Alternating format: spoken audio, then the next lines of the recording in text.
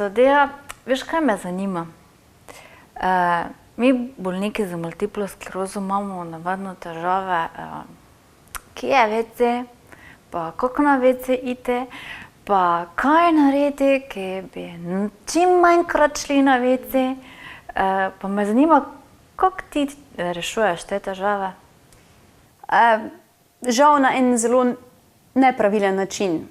Če vem, da gremo na izlet ali da pač imam daljši sestanek, premalo pijem oziroma skoraj da nič ne pijem. Z razlogom, da mi ne bi trebalo večkrat iti na WC. Drugače pa se skušam nekako nahajati oziroma iti na kraje, ker vem, da je v bližini WC, ki je zame primeren. Tako da, če gremo na kak izlet ali ko smo na dopustu, je res da tako, da večkrat zavijemo v gostilno samo z namenom, da jaz grem na WC.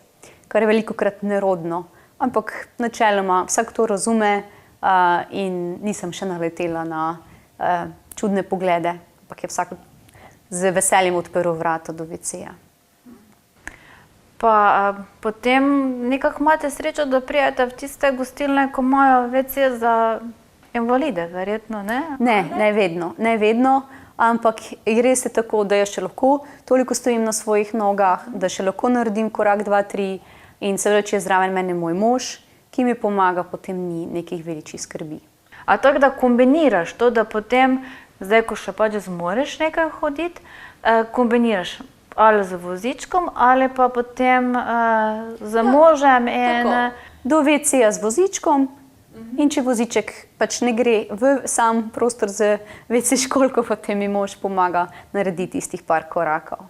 Tako da ne delaš problemov tam, kjer jih pač ni treba narediti in se znajdeš na drugačen način. Ja, ker je potem življenje dosti lepše. Ker dostikrat si ljudje delamo ali delajo težave tam, kjer jih res ni. In meni se smilijo taki ljudje, ki recimo še posebej tisti, ki so zdravi.